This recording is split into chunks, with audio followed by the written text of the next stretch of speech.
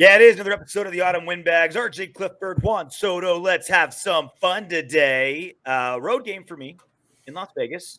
Working for UFC 269 this weekend. At the end of this video, I'll tell you why that's important in the What Up Windbags. Episode 70 for us. We blew it, Soto. Last show, the Washington football team 69, dude, was number 69. We never brought it up. Are we? Did just like we were just devastated by the loss and forgot about it, or have we outgrown 69 jokes? I hope that's not the case. I hope it's the former. Yeah, 68, and I'll owe you one. Yeah, there you go. It's 69, but we turned around. So now it's missionary. Yeah, if she farts in your mouth, it doesn't count. Gross. You gross me out. All right, remember to like, comment, subscribe. We do super chats now for when we're live. Make sure that you subscribe. It helps us out. We eclipsed 1,000 subscribers recently, and so it's opened up a whole new world for us. So we're gonna be able to add a whole bunch more stuff for you guys to enjoy on this Raiders season. And Lord knows with how the Raiders season is going, you need some more joy in your life because we're not going to get as much as we hoped on the field. Not getting too negative. Again, we're still 6-6. Lord only knows what could still happen down the road. But like, comment, subscribe. You guys know the deal. Real quick, I thought this was funny. So there's this photo. People were going ape shit about this. People were losing their minds. I guess it's like a politician, a senator, a congressman, somebody. This is like somebody's family, right? And I would clap the fuck out of her. Yeah, like that chick ain't bad. Good looking kids too. Smart, good looking family, right? But they're all holding rifles. And people are losing their minds. I don't even know who this person is, or like I'm assuming Republicans. It seemed like a Republican thing to do. I don't know. This is the most political talk we're going to do on this show. That's but very elephanty right there, I think. Yeah, I'm getting that vibe. But I couldn't help but notice the Raiders sweater. Yeah, on what looks like the third youngest kid. I'm like, the smartest one, right? That's the one you don't want to fuck with. Like normally, it's like people are losing their minds over like, oh my god, I'm just like, yes, a Raider fan with a gun. I've never seen that before. In Denver, in Colorado, in the history of Raider fandom. In Colorado, no less. Right? That's Raider country now. So not only is there a Raider fan in Colorado, but he's sporting the sweatshirt showing off and has a deadly weapon in his hands. He's the only smart one too, because he's not looking directly into the camera. He's wanting like some deniability in case he gets on like America's Most Wanted or something. Like, oh, that ain't me. You don't got my full face. Someone just gave this to me so I can hold it for him. It's not actually mine. This isn't me at all. It does feel cool in my hand. He's thinking about some shit right now. He's looking at some shit to shoot right now. Everyone look over here and smile. He's like, he's looking at the family cat and going like, I think I can hit him from 10 yards away. I got a scope on here. I think this guy's mine. I'm gonna pluck his ear right now. Watch this. I'm assuming those are real rifles. Like they have these, not paintball, but what's that? Like the pellet, it's like paintball on steroids. Like it's like pellet gun shooting. Ah, dude, those just fucking hurt. Pellet guns hurt. Like they're not pellet. I forgot what it's called, but like they have those. I'm assuming they're BB guns. It's not BB guns. No. It's kind of an in between. Like it's worse than paint, but it's not a bullet, and it's still like air, so it's not like powder. Projectile, like a powder. Yeah, but it's still a projectile. It still hurts, but it's not going to kill you. I hope that they're toy guns, just so when people lose their I don't think so, man. I don't think so either, but I'm hoping so. Get those scopes on those things. Just so it's like a nothing. Well, dude, have you seen those things? Like they look like actual assault rifles. Yeah, I've seen like them. The toy ones. Like, it's nuts. Anyway, just Raider Nation, live and well armed. Bang, bang. Bang, bang. All right. Well, it's a Wednesday, day after a game. So, it's time for the good, the bad, and the ugly. The Raiders were at home. The Washington football team came into town. We all agreed with the remaining 6 games left on the schedule at the time, this should have been, on paper, the easiest game of them all. And it turned out not to be. Washington got the W 17-15. Yeah, I mean, from the Washington side, it was definitely a very winnable game. Mhm. They played how they play. They had the game a little bit ugly, and we just didn't make the plays when we needed to. So we're going to start with the good, like we always do. So the good, our good friend, a friend of the program, a friend of your friend of mine, Hunter Renfrow, Mhm. had 9 receptions for 102 yards. It's 11.3 average. He had a lot of targets. It's always nice for him, but there's something wrong with the offense if Hunter Renfrow is our number one receiver. You know what I mean? Like, there's clearly so. I mean, obviously, Darren Waller was injured. Henry Ruggs is. We all know that story. When Hunter Renfrow is your primary target, and I love him, he's great, but he should be the number 3 receiver on a good passing offense. When he's your number 1, something's not going right. Yeah, we'll get into a little bit of that later. That's it for the offense. Over the defense, Moving on. what do I tell you? Denzel Perryman, 12 tackles, 9 solo, 1 tackle for loss, and a quarterback hit. Mm-hmm. Denzel Perryman is sneakily becoming the most underrated linebacker in the NFL. He is just a monster. Unfortunately, this is a good and a bad because he got hurt and he didn't practice today. He didn't practice on Wednesday. So fingers crossed we get him back out there because goddamn, is he a run wrecker? He is. He's a stuffer for sure. A new name on the good, Divine Diablo. Spot start. Finally. Littleton wasn't doing all that great. So Divine Diablo got 11 tackles, 8 solo. So good job, man. He looks like he was flying around the ball. He was around the ball a lot. So great job, Divine.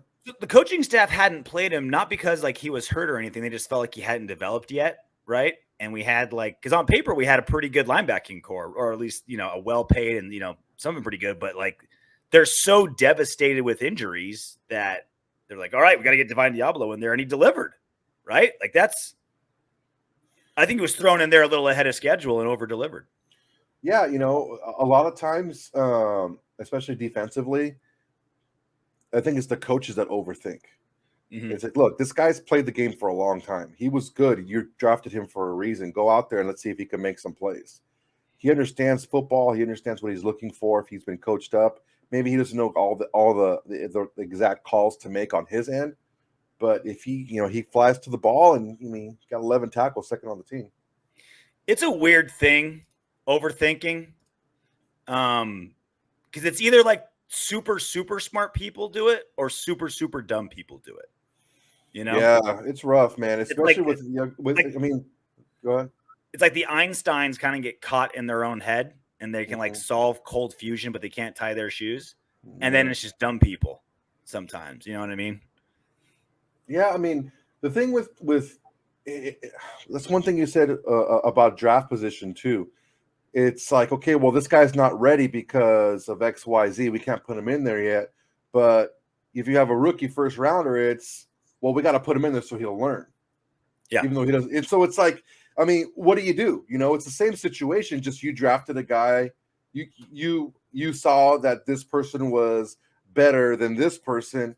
And so that's the reason why you put him out there when he's maybe wouldn't be ready. But you saw Divine go out there and play pretty well because he was flying to the ball and he was always around the play being made. So maybe you found a diamond in the rough here. Now, speaking of diamonds in the rough, Nate Hobbs, 9 tackles, 4 solo, 1 tackle for loss, 1 pass defense, 1 interception. That's quite a game for our slot corner. He was floating around all day back there. Yeah, and it was an interception that was Taylor Heineke was gift wrapping interceptions for our DBs, and we just couldn't do it. This was literally a terrible pass.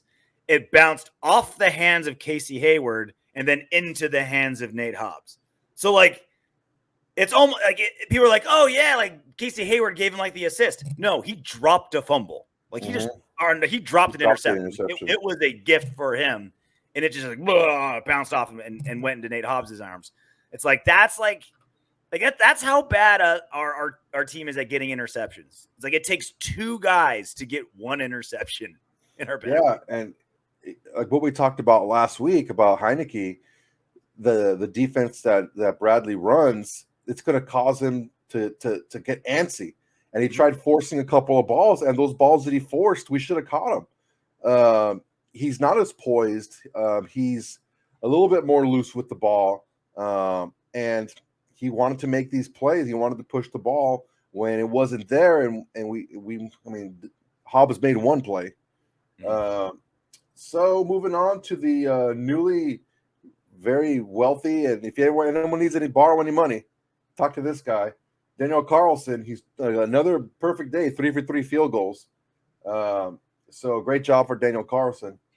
Yeah, he's been fantastic. Like if you took away I think 2 games, like he had one game where he missed an extra point and a pretty short field goal, and another game that wasn't that great. But he's one of those guys where it's like, all right, you're going to get 15 amazing games out of him every season, which is awesome. Like you're not unless you're the very, very best of the best at kickers, Daniel Carlson's exactly great. Like, okay, like he's not going to have 17 regular season games perfect, but he'll give you 15. And that's why we made him a millionaire. Dude, and the thing is he'll miss like one kick a game for like maybe 2 games a year. Yeah. He'll miss like one in that game. It's not like he's going to miss like, oh shit, like what the fuck's his name? He missed like 2 extra points in a field goal. Like he's not going to do that shit. Like he'll miss one, but he's not going to miss a bunch in one game. So I mean, great weapon to have, man. Especially when you tend to be in a lot of close games. The kicking game is big. Speaking of the kicking game, also on the good, AJ Cole. Excuse me, I freaking just went through puberty again. AJ Cole, 4 punts, 50.5 yard average. So 200. It sounded like AJ Cole kicked you in the nuts. Yeah, I've been outside a lot today, and I'm getting a little sore throat. Let me know. Yeah, AJ Cole like flipping that field on a consistent basis. Such a huge weapon, man. Such a huge weapon to have. So underrated. All right, that's it for the good, unfortunately. Now on to the bad. Okay. So Washington football team going into the game, they were dead last in the NFL in opposing quarterback touchdowns against per game. They were giving up just over 2 passing touchdowns per game coming into the game. And Derek Carr had 0 passing touchdowns. On top of that, on the same play, Derek Carr overthrew a wide open receiver in the end zone, and he missed Deshaun Jackson, who broke the ankles of his defender, and he was wide open over the middle for a touchdown on the same play. And also his 2-point conversion pass to Brian Edwards. That's like trying to catch a jugs machine from like 5 feet away. It's very, very difficult to do, especially when it's a little bit low. It's the standard issue Derek Carr performance in a loss, where like the stat line looks fine. It's just critical moments where something falls apart. Yeah. Like he played better against the Washington football team defense than Tom Brady did. You look at Tom Brady's stat line. He's sure the more fuck completion, did. Better, no interceptions. Tom Brady threw 2. His quarterback rating was better. His completion percentage was better. Brady did throw 2 touchdowns, but I had the 2 interceptions. It's like on paper, like he's putting together. I think that's kind of been like the sum of the offense as well, where it's like, look, they move the ball, they get yards, they do good things. It's just key critical moments that goodness just ends. And this is like the perfect example of that. Yeah, it's an issue that is not new to Derek Carr, and we'll get into that a little bit later. But there's these big spots in these close games, and that's what I've tried to. And I'm not trying to pick on Derek Carr, but he does have the ball in his hands more than anyone else. And it's these little. Any one of these things happen, and we win the game. So it's we got. Like I said last week. I mean, I feel like I'm on repeat. We got to make the play when it's there. Greg Olsen, his game plan adjustments throughout the game. Didn't really see too much of a game plan adjustment. Just kind of more of the same. He did do a couple of more screenplays in the second half, but honestly, that was really it. I mean, it just seems really stagnant. It's very similar to our defense, whereas this is what we run, and we're just going to keep running it, even if it's not working all that great. That's what we do on defense. We just keep running our standard defense. Maybe we'll blitz a little bit more here and there, but our same standard package, standard defenses. So I'm not too terribly impressed with Greg Olsen as an offensive coordinator. It seemed like it was an adjustment of an adjustment to open the game, because what has everyone been doing? They've been doing the too high, play deep, take away the deep ball from us, because that's the best, right? That's our best weapon. We're a wide open offense when we're at our best. And so they're playing too deep. And I just feel like Greg Olsen adjusted to that adjustment. That's why they kept doing those little like a ton of swing passes early. Just like, all right, if you're going to go everyone deep, we're going to give the ball in the open space to our playmakers while everyone's playing deep, and basically do what guys have been doing to us, to our defense, right? It's just dink and dunk and be disciplined. And I that makes sense, right? Takes pressure off the offensive line. If guys are all deep, hopefully Jacobs or Drake can have a big day. Like, it makes sense, but it just wasn't working. And it took him forever to like readjust out of that. And if you're doing that to set up the deep ball, you got to eventually set up the deep ball. You're just doing all these short passes and set up, no finish. Yeah, and the thing is teams don't just throw behind the line of scrimmage against us. They throw over the middle, they throw crossing, they throw intermediate routes, and we weren't doing that. I think our first 4 passes were at or behind the line of scrimmage. Yeah. And we just can't win that way, man. We can't move the ball that way. We can't expect our guys to shake a defender every single play. The defenders get paid too, man. It's not a way to sustain a drive is to throw the ball consistently behind the line of scrimmage. But this is the other part too. I mean, again, like on paper, a first-round running back and an $11 million backup running back should be able to make a guy or two miss on paper, right? Like that should be the case. Like it's I don't think it's unfair to demand that Josh Jacobs like beat a completely unblocked guy on a semi-regular basis, or Jake to do that same thing. And it just hasn't been the case. Like, we'll get to more on Josh Jacobs here in a little bit, but Josh Jacobs' longest run last season, 28 yards. 28 yards, yeah. 28 yards. Like, there's just no home run threat out of him. There's no burst there. There. Again, continuing with the bad. That ref missing the pass interference call on Zay Jones with like 30 seconds left in the game. When he was grabbing his jersey? Yeah, he just grabbing his jersey. I couldn't believe it. I couldn't believe my eyes that he would be that blatant, where he's like extending, like stretching the jersey. You can see the jersey pulling away from his body with his fist full of jersey and nothing. And still the ball fell in Zay Jones's arms. And you know what? Carr underthrew that shit because that shit hit him right in the shoulder pad. Like he should have caught it. He should have still caught it. Because the thing is it wasn't like he got PI'd with the guy hanging on his arm. Yeah, like his hands were free.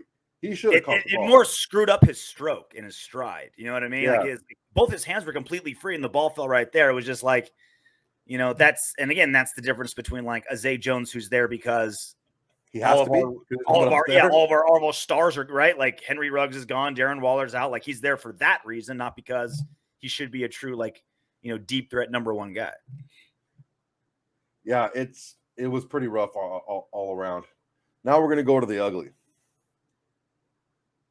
I like the kid, man. I really do. I think he has a really bright future, especially for us. But Trevon Merrick dropping the game-sealing interception, that would have sealed the game right in the breadbasket. He would have been the hero, carried out on his shoulders. He'd get the post-game interview on network television, and it would have been amazing for him because he's having a really solid year. Like he's, other than Nate Hobbs, he's probably our best rookie. He's having a real, you know, he's not perfect. He's had a couple foul ups, but for a rookie, not many, right? He's been solid, but he hasn't been a playmaker. And that would have been his big chance to bridge that gap. Like it's the main, like so often the mainstream just looks at like, all right, what made it on Sports Center? What made it on NFL primetime? Like people don't see him just like covering a guy decently and then not, you know, the ball's not getting thrown his way. Like that doesn't get everyone's attention.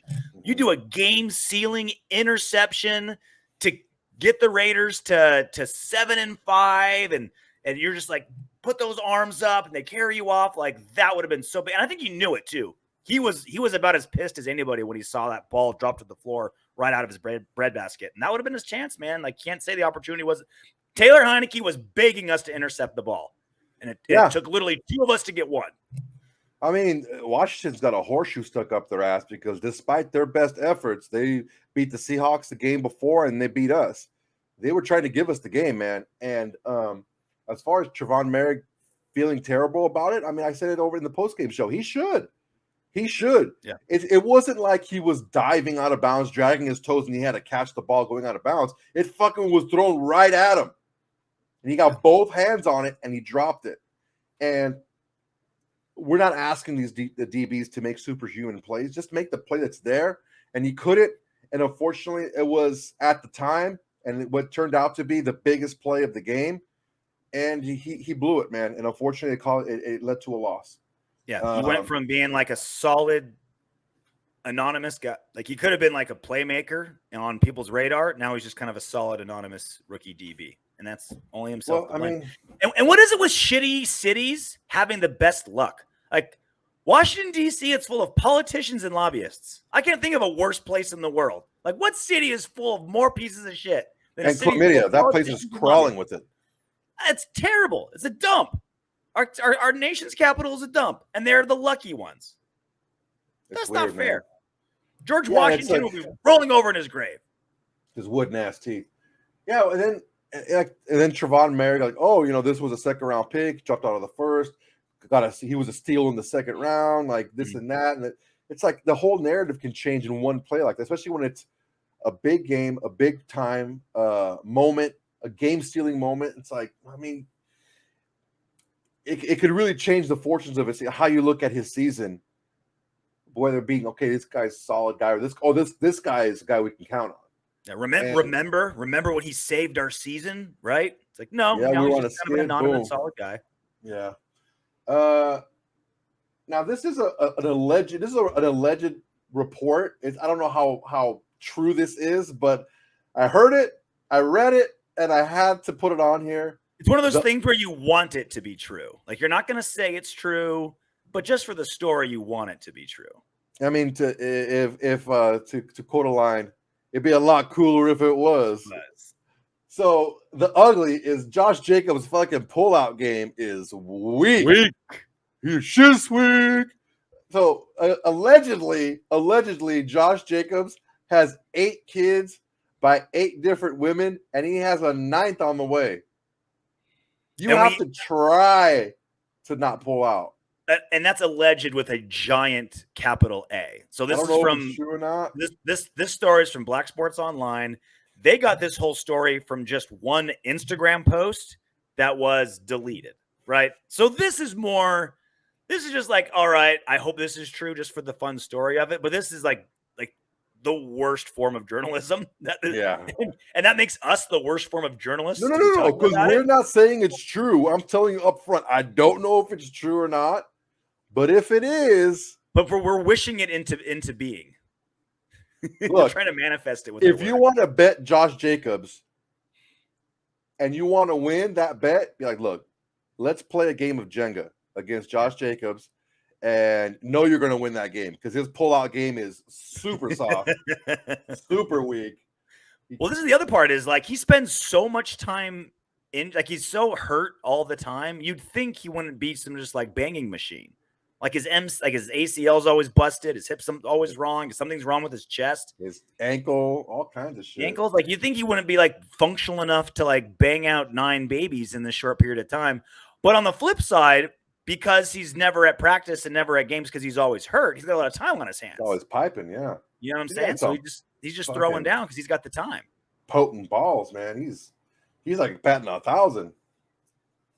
No wonder he like is doing his best to get that second contract. Like he's got a lot of mouths to feed. Yeah, dude. He's like, hey man, can I keep this ball? I need some Christmas presents. That picture. I need this ball. I got to buy some kids some presents.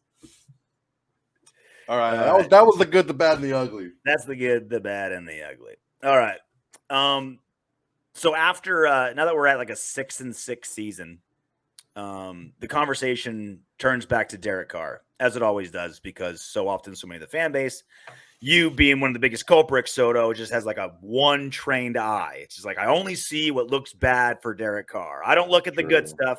I only look at the bad stuff. I have text messages on my phone that can confirm, Soto, during the game, every time Derek Carr does something good, radio silence out of you. Every time he does something even remotely not perfect, got to let him go. God, he sucks. Look at that terrible throw. You are what's wrong with the Derek Carr back and forth. And in all fairness, Soto, there's a very large part of the fan base that thinks Derek Carr walks on water, never has done anything wrong. I mean, he's super Christian. Maybe he can walk on water. If anyone can on the Raiders, it's probably him. But they think he's just like untouchable and like the answer to all of our problems.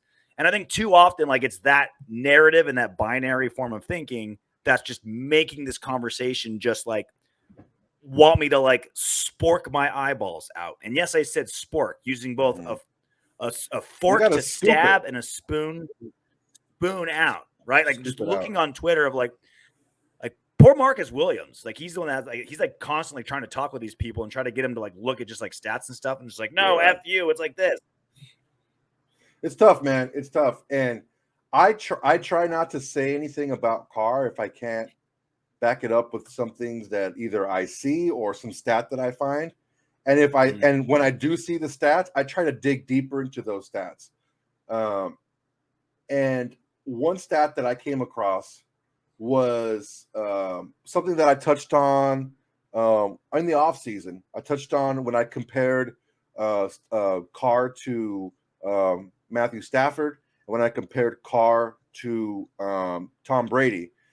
Different levels of points scored against and what was their record. Yeah. So this is kind of a cleaned up version of it. So the Tom Brady's record and Derek Carr's record when the team allows 27 or more points in the game. Tom Brady is 30-44, so 405 winning percentage, and Derek Carr is 15-44, which is a 254 winning percentage.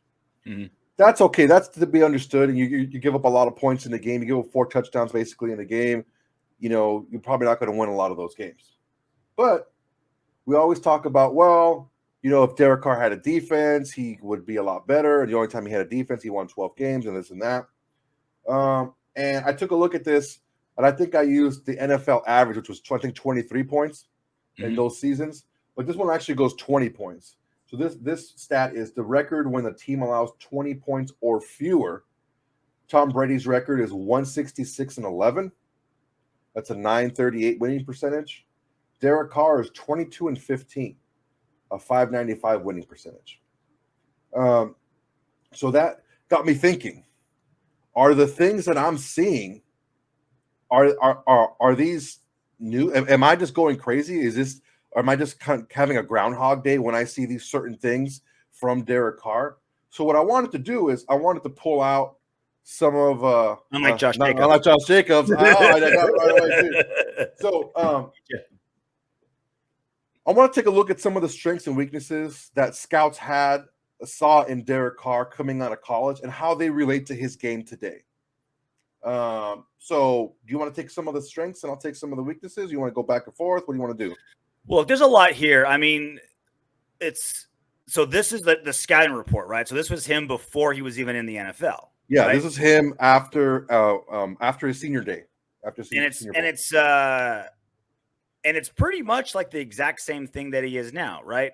Experience, strong arm, make the throws, distributes the ball, good touch, decision making, field vision, accurate in college, accurate.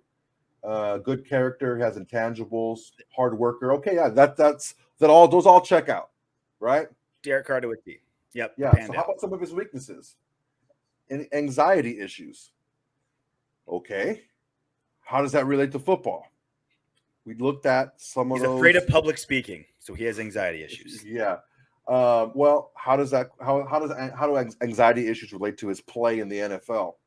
Well, we looked at some of the games that he's lost this year. Now it's 5 games that he's lost that were winnable in the fourth quarter. Just not there, man. It's just not there. He wins games that are back and forth, or when he has a big lead. But when he has to come back, even when the defense does their job. He just in the fourth quarter just can't get that job done. Soto, again, he leads in his time in the NFL. He leads the league in comebacks in fourth quarter and overtime. Okay, I am actually doing research on this really quick before you, because I know the stat, and I'm trying to prove to you why that stat is very misleading.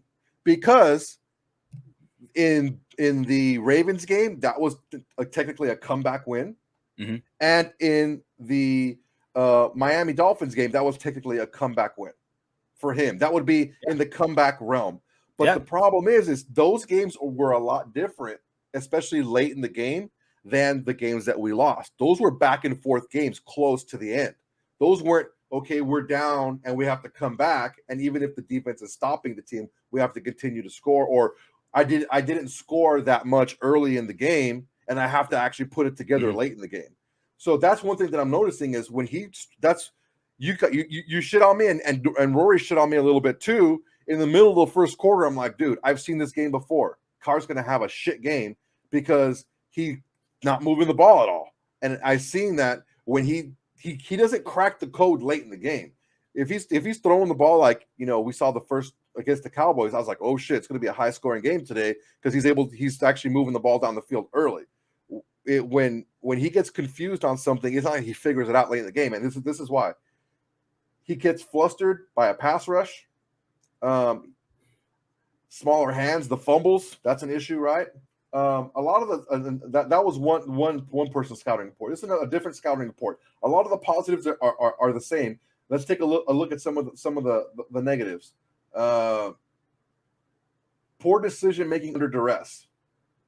That's something that we've seen where he misses players down the field. And that's why I said against in the last game against the Washington football team, where almost the like R-word. I know, right? Where he was almost like, he was almost like it looked forward, like labored him not checking down and looking down the field, like he caught himself, right? Stares down his intended target. That we're still seeing that. Needs to prove his eye discipline. We're seeing that. Too often appears to be flustered by pressure again. Let's see, struggles when receivers' routes are disrupted. I mean, that's very similar to what we see today. Often late to recognize the blitz. That has gotten better. Not an anticipatory. He's phenomenal at that. Yeah. He's one of the best in football. No, pre-snap, I will give that to you. He has worked hard, and pre-snap, yes, he's great at identifying the blitz. The problem is post-snap, he can get easily fooled, and when he does, you get games like Washington where he just can't get the ball into the end zone. Let's see. Not an anticipatory thrower. And that's something that we've seen as well. He doesn't throw players open. Like, they have to be open and he'll get them the ball. I mean, these things that's not entirely true.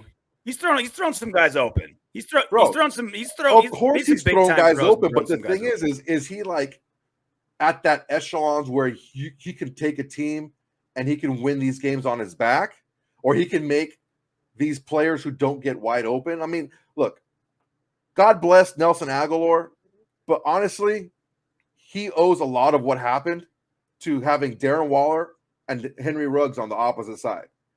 That's what he owes a lot of him being wide open to, if we're being completely honest. So what I'm noticing from these things that I'm seeing on tape, and I'll tell you something right now, guys. Watching coaches tape, it's a completely different ballgame with no announcers, no crowd noise, no nothing. You're just watching actual game film football. It's completely different. Good old all 22. Yep. And these things that he had issues with, that he struggled with, he still struggles with today. So that got me thinking, what is our plan moving forward with Derek Carr, RJ Clifford? You see the notes. You've had time to review. What say you, sir? Well, he's drastically improved in a couple of things that have been a problem for him for a while. Like, his pocket presence has gotten so much better than where it was, right? Like, you see him multiple times. He'll move around in that pocket and buy time and keep looking downfield. Like, he'll still get flustered, but that's improved a lot. I think that it's important to acknowledge that. That's improved a ton. But again, to me, it all comes down to, is he not? He's getting all the blame, it seems, for losses and so little credit for wins. Like, this is the big part. Like, again, we know more or less what strengths and weaknesses are. And to be honest, like, he's not losing his strengths, and a lot of his weaknesses are getting better. So he is trending. And I think even the harshest Derek Carr critic can admit his pocket presence is better. He's getting even, pre-snap, he's getting better and better every season. And he still has a rocket arm. He's still, you know what I mean? He's still like a great leader. Like, no matter how shit this season, I'm not using this as an excuse, but you have to admit this season has been shit for a quarterback. Coach gone the way that he was gone. Number one receiver gone the way that he's gone. Just all these problems. And we haven't seen him get diva-y and bitchy like Russell Wilson or Aaron Rodgers. He's just been, I'm a soldier. I got to stand for this. Like, I'll take the blame. All great. All the good things about him that have been good for him for 10 years, he's still doing today, right? Yep. The issue is, and this has been, I think, the biggest difference between you and me on Derek Carr, is he just takes all the blame for the problems and none of the credit for when it's really well. Like, we use this example. If Derek Carr throws for over 300 yards, the Raiders are like 6-0. And when he doesn't, he's like 0-6. Everyone's like, see, he doesn't, only half the time does he deliver. Well, to me, what that says is no one else can back him up.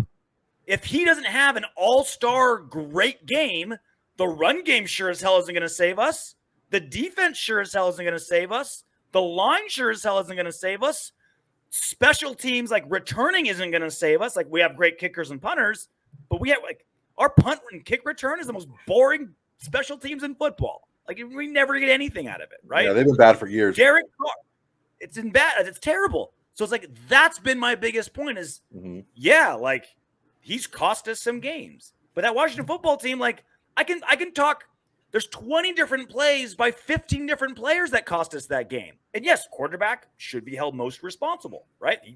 There's 53 players that suit up, and he's not 153rd of it, right? He's much more than that. Yeah, he's much more. But he's getting all of the blame when so many problems are going out there. People are saying, get rid of him. It's like, he's been the only consistent good thing of this franchise for 8 years.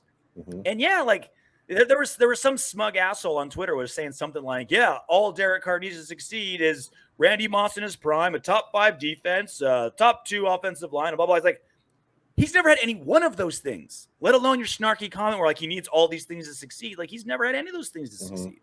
So that's my thing is, like, okay, is Derek Carr 10 out of 10? No. Can we find a better quarterback than Derek Carr? They exist, but franchises lose decades looking for a franchise quarterback when they can't find one. And we've got a 3-time all-pro quarterback with his faults, yes. But there's so many other holes in this team, offense and defense, that you're getting rid of like a B minus when we've got D's and F's that are dragging this team down. It's like, why do you want to start with the B minus when we've got D's and F's that we can work on to get replaced? It's like, that to me is the biggest issue. It's not Derek Carr's perfect or Derek Carr's terrible. He's getting, the target has been squarely on his back all 8 seasons when there should be much bigger targets on a lot of other people. Now, again, his position needs to be defended. Every single player, coach, executive, fucking janitor in the Raiders organization needs to earn their spot every season, every month, every week. And he is no different. But to blame him for every loss because he didn't play well, it's like there's 20 other guys that didn't play well. No, I understand what you're saying, and I agree to an extent. But just like you said, he's not 153rd of the team.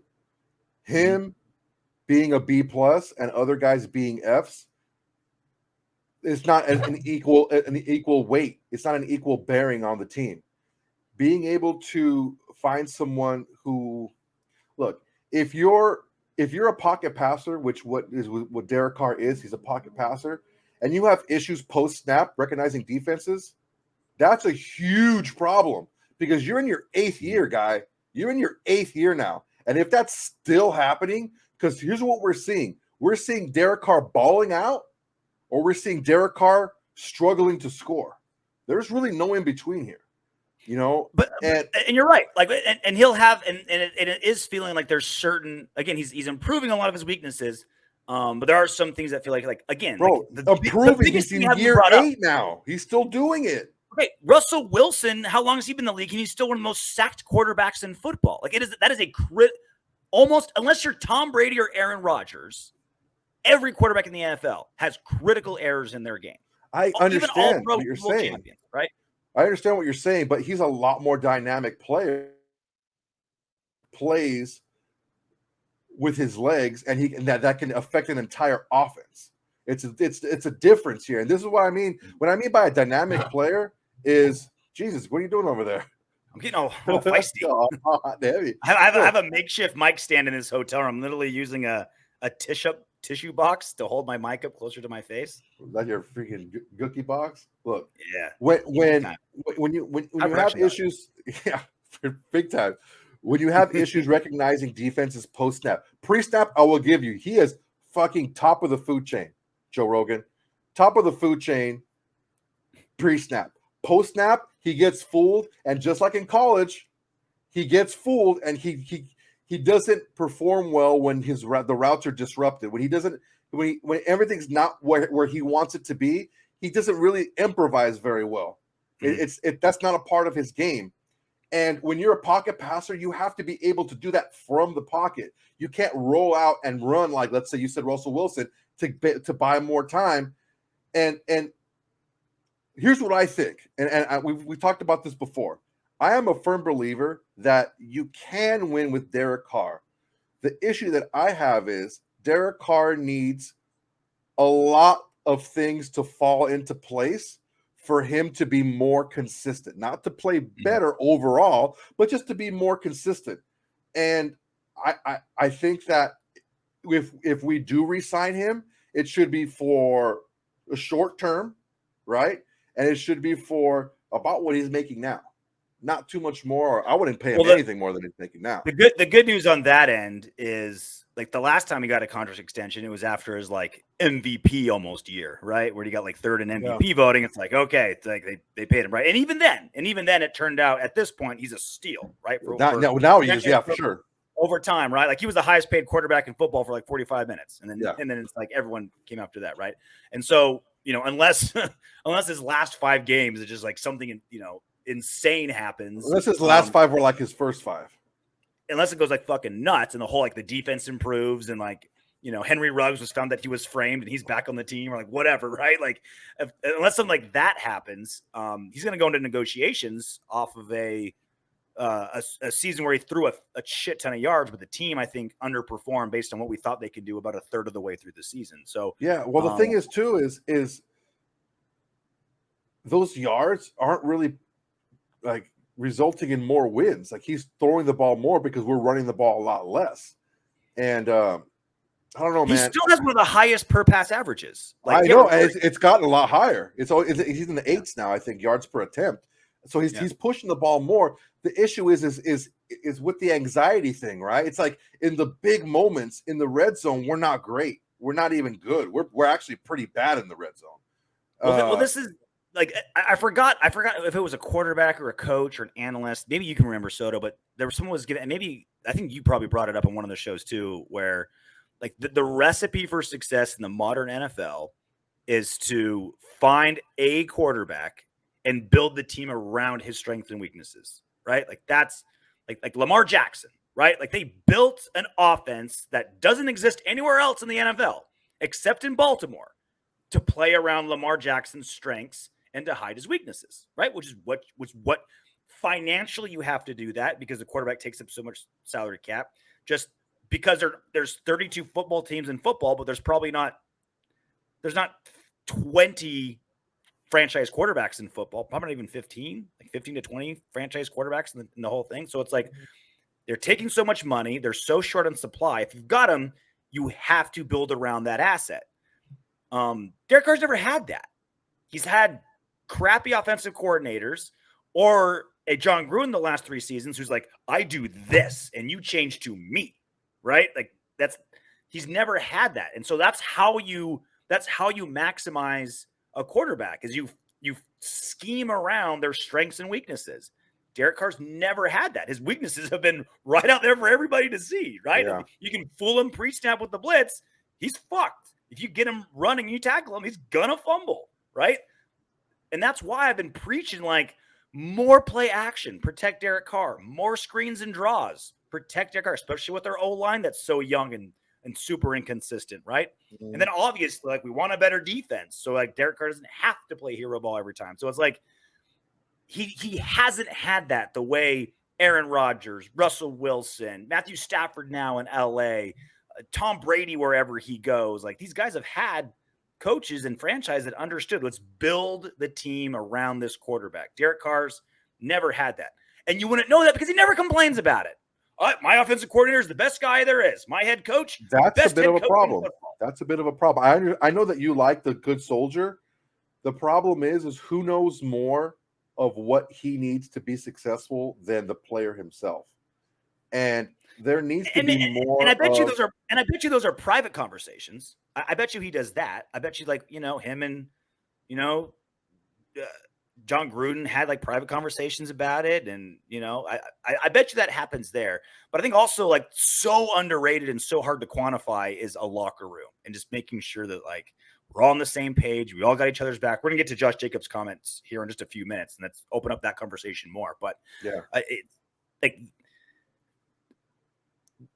a press conference, a player press conference is for the player. It's not for the media. You got to think the other way around. Like, we're sitting there watching Derek Carr to press, and we're thinking, oh, he's talking to RJ. He's talking to Juan. He's talking to the Autumn Windbags. No, he's talking for his teammates, knowing his teammates and coaches are hearing this. That's who he's talking to. I believe in us. We can do it. Let's go. Like, he's not out there. He's not hooked up to a lie detector. Like, he's not under oath. He's there doing a sales pitch, right? Like, he's selling ShamWows to his team, as he should. Yeah. Like, he's using that moment in his mind, to make the team better, right? Instead of like, oh, wow, I better give these media guys some zingers so they can get more clicks. He doesn't fucking care. He's there. He's there to build up his team. And so, like, that's why, like, I can't get pissed at him for, like, why doesn't he just stand up to the coach more? Maybe he is, maybe he isn't. But when the spotlight's on him and we're listening, he's saying what is most important to his teammates and coaches. My issue with that is he's, after 8 years, honestly, his play has not really gotten much better. I understand his weapons around him might get better. He might be more comfortable in offense. He might be throwing more to skew the stats a bit. But I think this is who he is. And if we want to roll out with Derek Carr in the future, I feel that if we don't extend him in this offseason, we need to flip him. Because the last thing we want to do is get something for him, right? If they're like, he has one more year. He has one more year after this year. If we can't extend him, and a gravy contract, no, there's half the NFL would drool over that contract. Yeah, get rid of him and have one of those teams that's a quarterback thirsty team that has a team built around it. All right, you take them and give us. I don't want any draft picks in 2022. There are no quarterbacks in 2022 worth having. Yeah. Not in the first round, second round. There really isn't. 2023 is where you want the picks. So if you can extend him past this year for, let's say, 2 years, 40 around there, with an option for a third year in case he does well, okay, fine. That's 10 years. You get 10 years with us, and that's, I mean, if you can't do something in 10 years, it's just not going to work out. You've seen, I've dated chicks before who've been great girls, and they go off and they do great things, but it wasn't going to work here. For whatever reason, my fault, their fault, both our faults, who knows? But it just wasn't going to work. But they'll work somewhere else. We need to move on to something else that's going to work better for us. And that's how I feel, man. If we can't get him signed to a team-friendly contract, short term, just let him go, and we'll focus on building the rest of the team. And that exactly is the problem with this argument, exactly what you just said. So it's like, well, we've had him and it's not working. It wasn't working before Carr got here. It was worse. It was worse than when Carr got here. The consistent problem has been the Raiders organization after Al Davis started getting senile and Mark Davis took over. That's when the problem started. Yeah, but Carr has never played for Al Davis. That's not an Al Davis thing anymore. I'm going back to when the problem started, right? Like when the Raiders started falling apart, right? Mid-2000s, after the Rich Gannon time, and whiffing on draft picks, terrible defense every single season. Well, we're still doing that.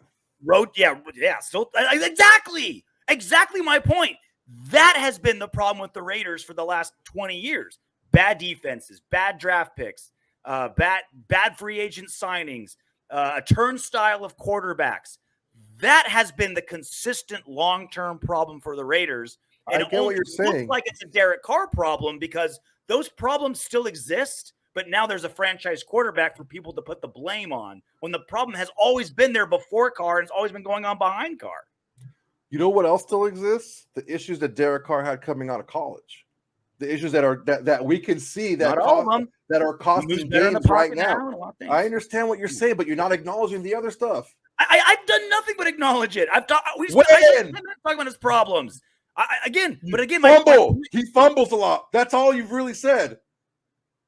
No, you didn't say anything about him being shit in the red zone, about him being fooled after the snap. That up. I've said all those things, Soto. I've said all those things, but I've also said the exact same thing you said about the Raiders, about them not being able to get it done and not changing over the. Derek Carr hasn't either. He's making the same mistakes. He's able to get fooled the same way. He's the same player. If you take this scouting report, this is Derek Carr coming into this season 2021. Oh, okay, that makes sense. The same guy. It's the same fucking guy. The same guy. Now, what I'm saying is a good quarterback, he doesn't cure problems, but he covers them up, right? Like you're saying, if you put Derek Carr on the freaking Ravens offense, it's not going to be as good. Like, he doesn't have the weapons, right? He has a tight end, receivers that are maybe not as good as what we have. Like, I think we have a Renfrow is better than what anything they have out there. Hollywood Brown can go deep, but can he get open over the middle? No, this thing is Lamar Jackson can cover up a lot of those issues because he's that type of player. Well, because it's because the offense was built to maximize good and hide his bad.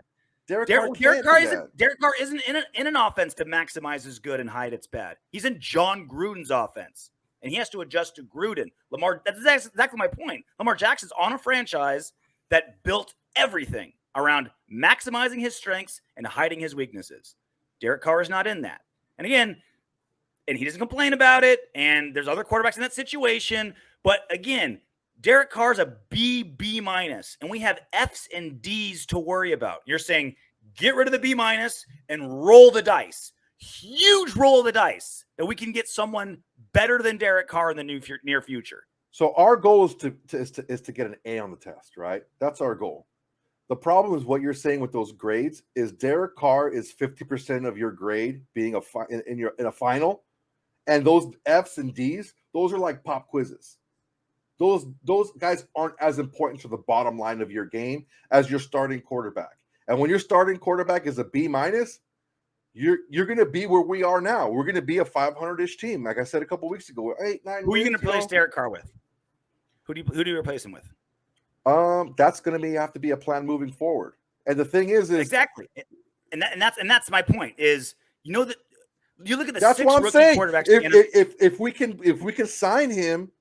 I'm not saying to just let him go and never look at him, never think about him again. No, if we can sign him, if we can extend him after this year to a team-friendly contract, yes, let's do that. But it's not worth it with the money, with everything we need to build around him to give him that much money. It's not worth it. It's not going to work. We have to give him too much to give him that much money. I'm agreeing with you in that respect. We need to build more around him, and we can't if we're giving him a shit ton of money. And if we can't extend him during this offseason, we can't afford to lose him for nothing. We can't. And we can't afford to franchise him either because that would be a shit ton of money. We need too much around him. I think we're saying the same thing. I think we're trying to go about it a different way. I'm saying we can keep him if we don't pay him a lot and we get him to a short deal, because if we pay him too much, he's shown that he needs more than what we have now and what we can afford to give him. So we have to use that extra money with the cap going up to get more around him. We can't pay him that much. Is there a winning quarterback in the NFL that has what Derek Carr has around him? It's hard to say, man. Like Tom Brady's on a stacked team. Aaron Rodgers has a top 5 defense and one of the best receivers in football. Like these great quarterbacks are on great teams with great coaches and great defenses and all these good things, right? And they're taking all the credit for it and they're looking great.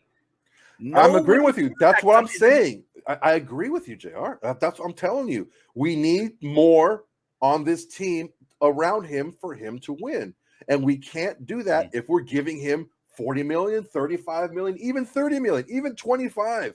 Hey, you know how cheap I am. If we can get him for cheap, we're on the same page, baby. But I think where we disagree is if we have to give him all that much more money because he won't sign for less, then we should do it. I don't think we should because we can't win with that. If he plays super hardball this offseason, right, and is demanding $45 million, right? You flip him. You flip him to whoever. Exactly. Like I'm with you, right? If he wants to be the highest paid quarterback in football, or I'm not playing, right? Or I'm sitting out, right? You're not going to do that. But you very un-Derek Carr-like. Yeah, right? But you can't even let him get into his last year of his deal. You can't do that. I'm with you. So we're in agreement. I just think. No, I think we're in agreement 100%. Look, regardless of whose fault it is, we are where we are right now, and we both agree on this. Derek Carr needs a lot more on this team for him to be successful. With the cap going up next year, we need to use that money to solidify these positions that need to get better. We can't give him the money. So those are the issues.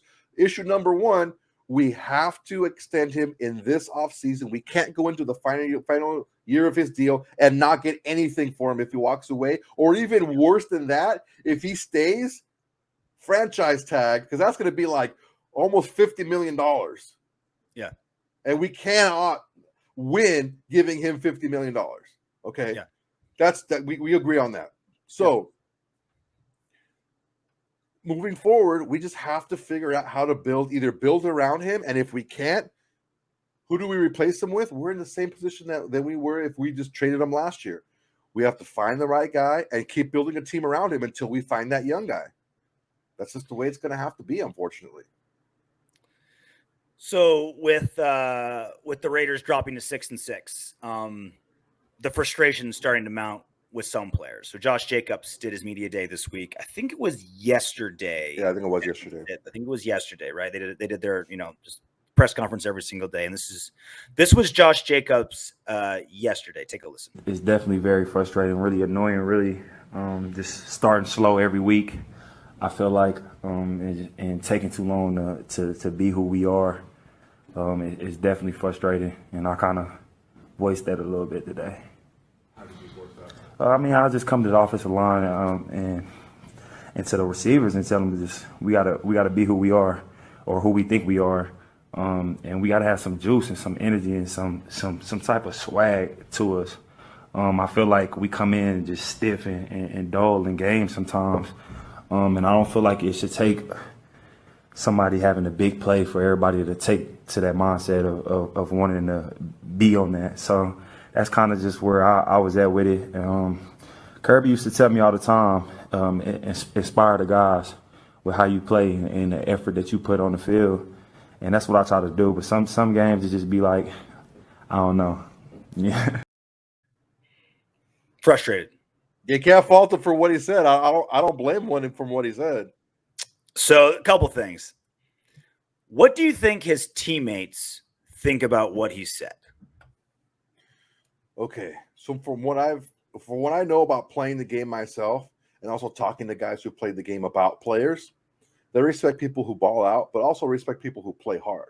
If someone comes up to you and they're dogging it, like, dude, get the fuck away from me, No one can accuse Josh Jacobs of not playing hard, of not running hard.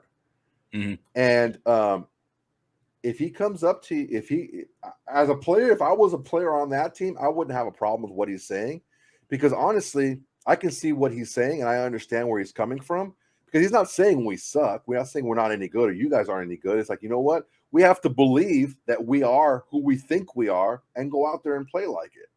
Have that swagger, have that belief in ourselves.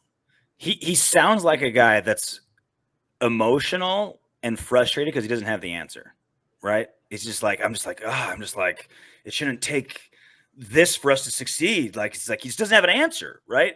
And I'm with you where it's like there's two people that inspire on football teams, like you said, the guys that bust their ass and the guys that ball out. That ball right? out, yeah. Those are two. Josh Jacobs isn't balling out, right? Not this season. He's not balling out at all.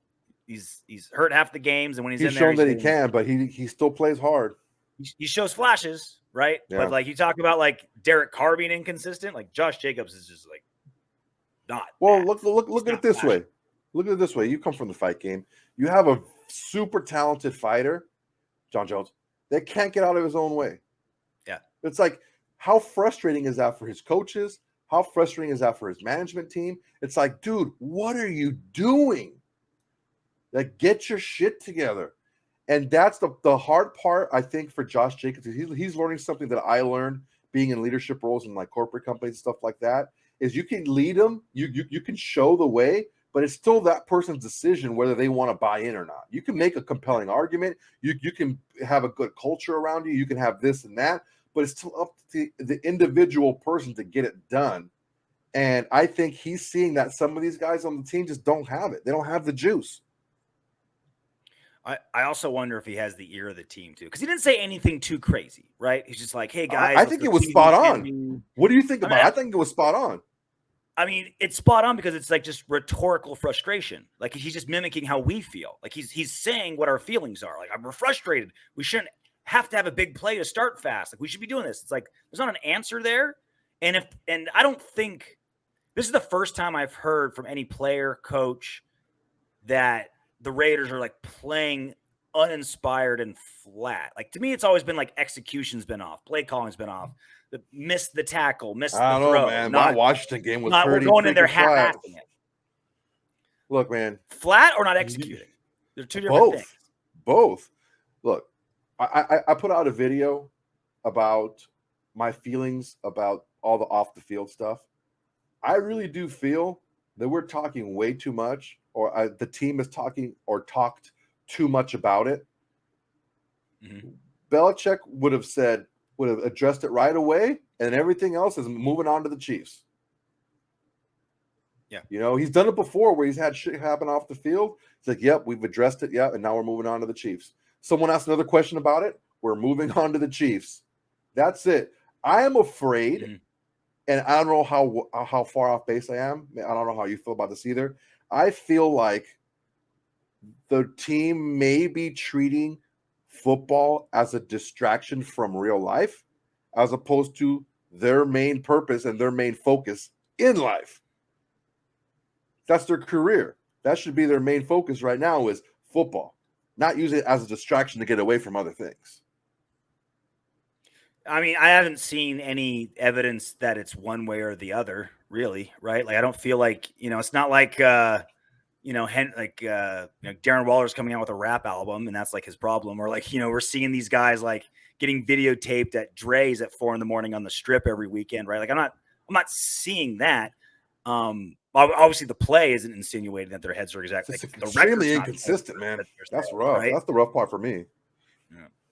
It's the inconsistency, man. That's what gets me every time. It's like, look, if we can win or lose, if we just show flashes even against the Giants and against the Bears and against the freaking Washington football team, the way we played against like the Ravens and the Cowboys, like, come on, man. It's there.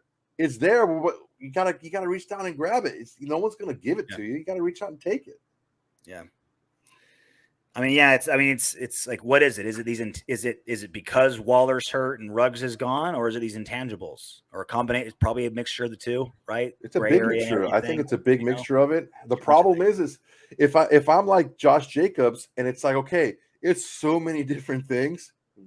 Like, how do we even start to fix this? Yeah. It's so many different things right now.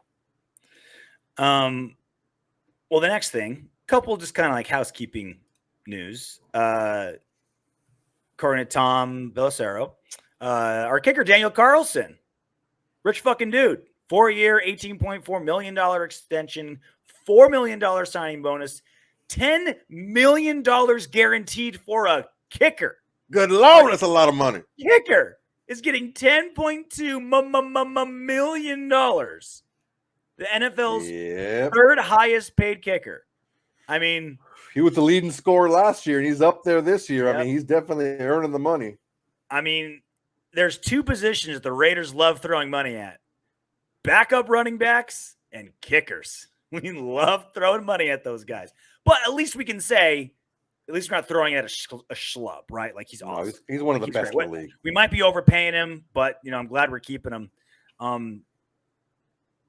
This kind of reminds me of like the mid 2000s, when we had like the best kicker punter duo in football. Like between AJ Cole and Daniel Carlson, like they ball out, dude.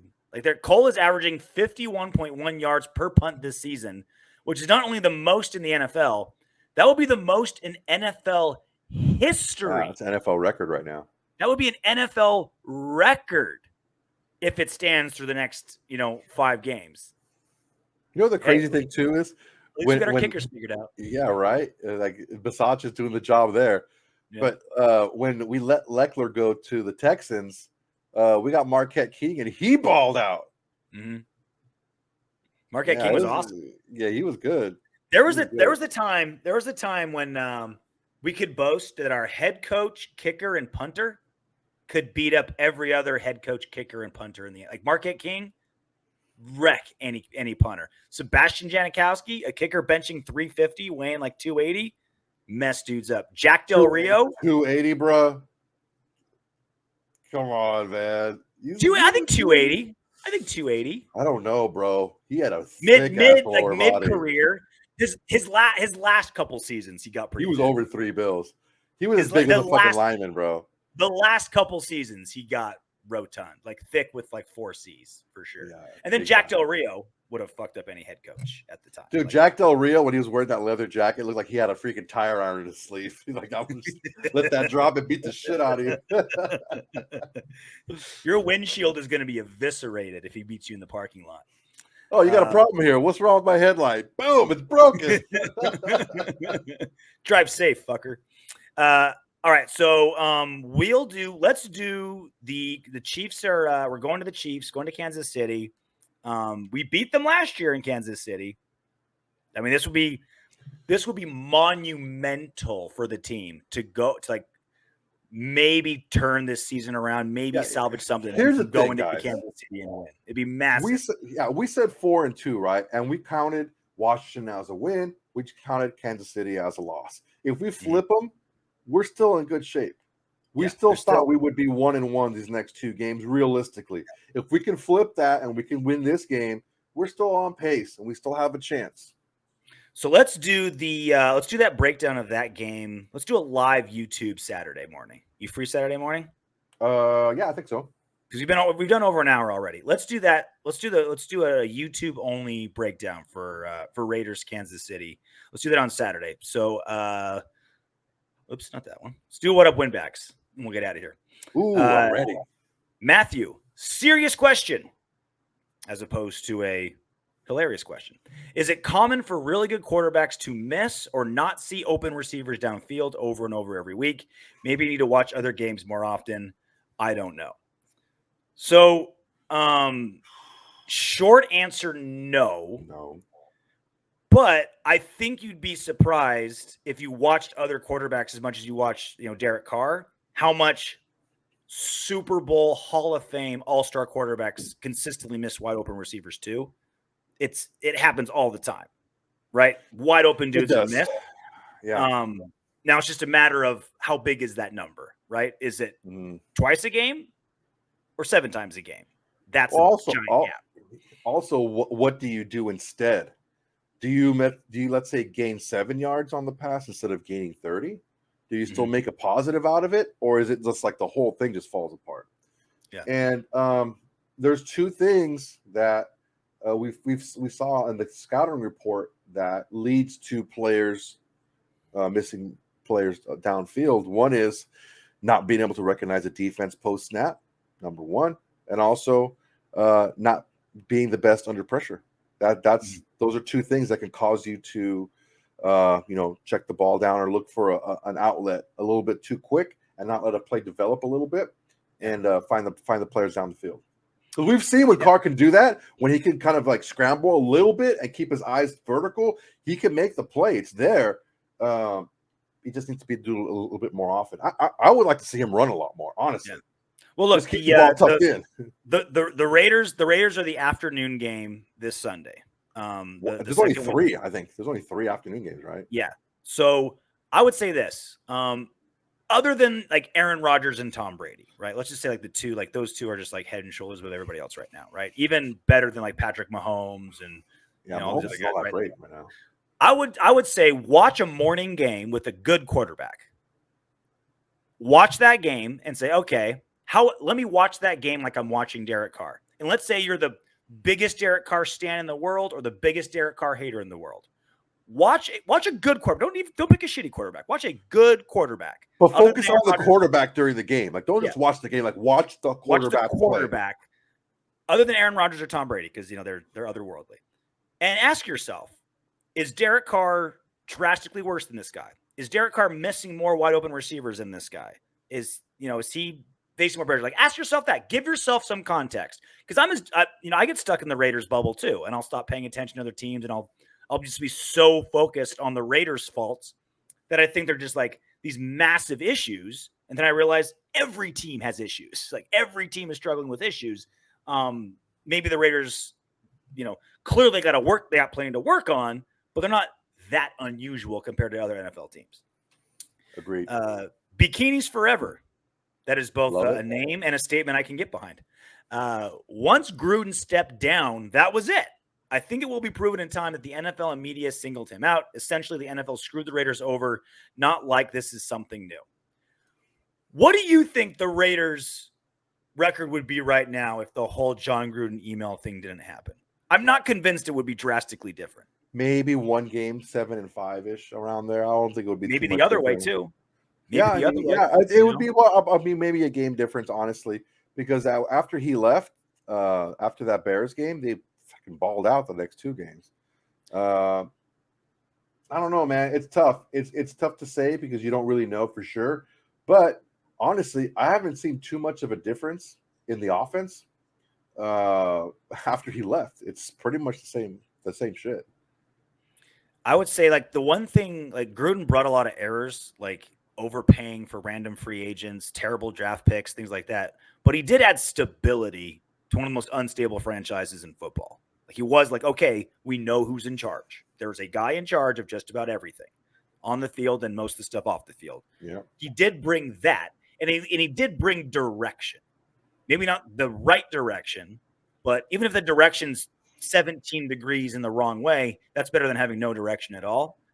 I feel like this season isn't going to be that drastically different without having John Gruden. It's 2 seasons from now that'll be drastically different without John Gruden, without him deciding whether good or bad, whether it's better or worse.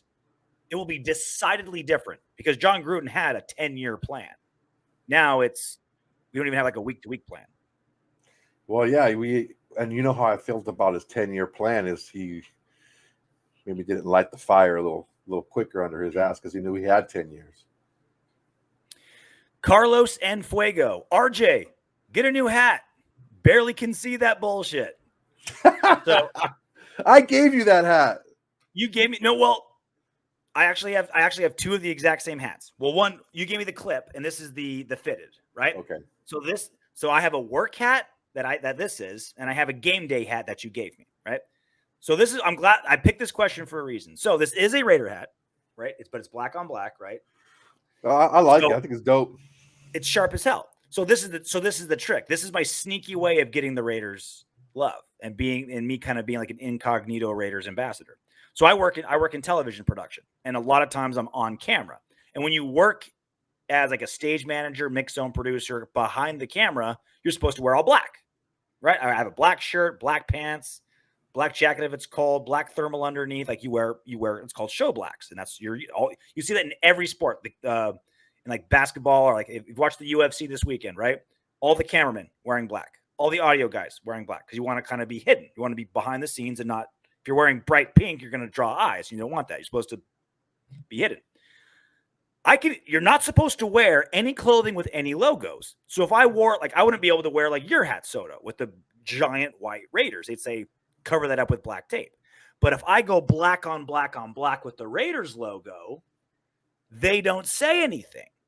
So I can get away with wearing Raiders gear on TV. So that was my little trick. That was my little sneaky way of getting my Raiders love onto my work without getting fired. So that's why I wear one where you kind of like squint. You're like, is that a Raiders hat? What is that? Like, that's on purpose because this is how I sneak my Raiderdom onto UFC broadcasts. Yeah, like when you see Tuivasa doing a shoey out of RJ's shoe and you see him in the background with one shoe on, you got a freaking Raider hat on. I'm wearing a Raider hat. I've worn this Raider hat on every broadcast for as long as I've been doing this job for the last several years, and I will continue to because that's how I show off my Raiderdom without getting fired. So that's why. That's why, Carlos. All right, so maybe we'll do another video before Saturday, depending on how things go. But we'll definitely do a Raiders-Chiefs breakdown Saturday morning. We'll do it live. Come and chat with us. Ask your questions. Hang out. Make sure, please, like, comment, subscribe. We've been terrible about reminding you guys, so we're going to try to be better. Tell your friends. Tell your friends. Tell your friends. Leave us a comment.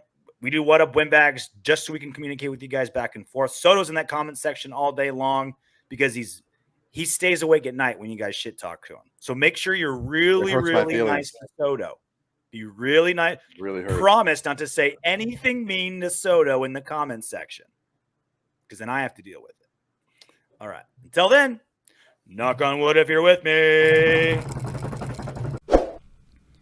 Hey, Windbags. If you want Darren Waller to catch 20 touchdown passes this season, don't be afraid to click those subscribe, like, share, and comment buttons. Plus, your comment could be featured in the next What Up Windbags.